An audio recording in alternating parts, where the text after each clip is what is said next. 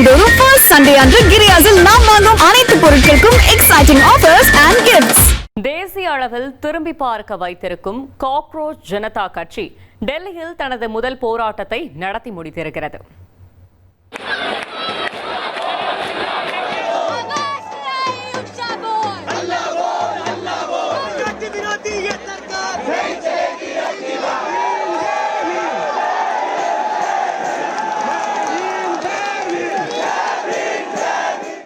NEET வினாத்தாள் கசிவை கண்டித்தும் மத்திய கல்வி அமைச்சர் தர்மேந்திர பிரதான் பதவி விலக கோரியும் சமூக வலைதளங்களில் பிரபலமாகியுள்ள காக்ரோச் ஜனதா கட்சியினர் டெல்லி ஜந்தர் மந்தர் பகுதியில் போராட்டத்தில் ஈடுபட்டனர்.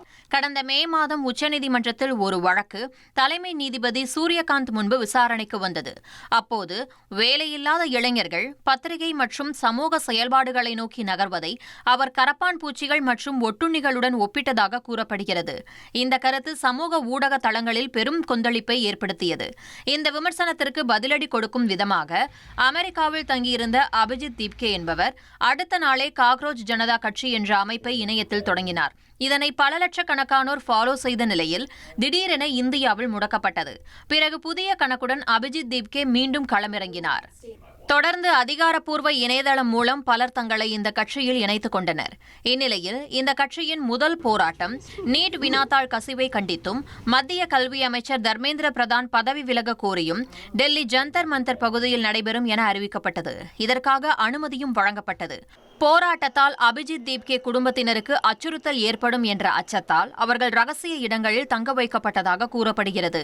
போராட்டத்திற்காக டெல்லி ஜந்தர் மந்தர் பகுதியில் திரண்ட இளைஞர்கள் மத்திய கல்வி அமைச்சர் தர்மேந்திர பிரதான் பதவி விலக கோரி கோஷங்களை எழுப்பினர்.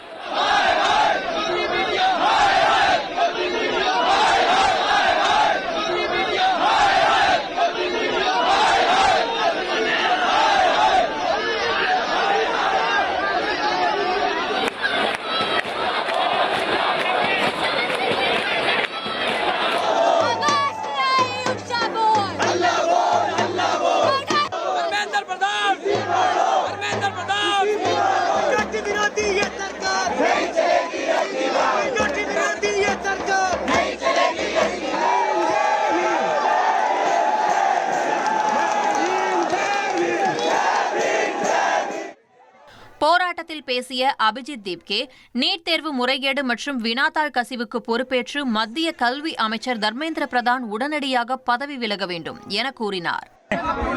இளைஞர்கள் தரைக்கு வந்து போராட மாட்டாங்கன்ற அதிகார வர்க்கத்தோட கணிப்பை இந்த ஜந்தர் மந்தர் கூட்டம் பொய்யாக்கி இருக்கு. நாங்க வெறும் இணையதள உலகம் மட்டும் இல்ல, நெஜ உலகம். போராட்டத்தை ஒடுக்க பல்வேறு தடைகள் விதிக்கப்பட்டிருந்துச்சு, இணையதளங்கள் முடக்கப்பட்டுச்சு.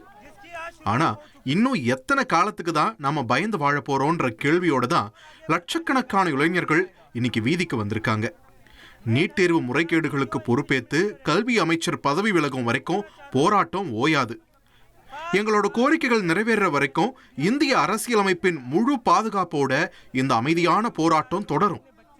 கோரிக்கைகளுக்கு செவி சாய்க்காம எங்களோட சமூக வலைதள பக்கங்களை முடக்கிறதுலையும் எங்களை கண்காணிக்கிறதுலையுமே மத்திய அரசு தீவிரமா செயல்பட்டு வருது. முன்னதாக டெல்லி வந்த அபிஜித் தீப்கே அம்பேத்கரின் சுயசரிதை புத்தகத்தை தூக்கி காண்பித்தபடி வந்தது கவனத்தை ஈர்த்தது. மாதந்தோறும் ஃபர்ஸ்ட் சண்டே அன்று கிரியாஸில் நாம் வாங்கும் அனைத்து பொருட்களுக்கும் எக்ஸைட்டிங் ஆஃபர்ஸ் அண்ட் கிஃப்ட்ஸ்.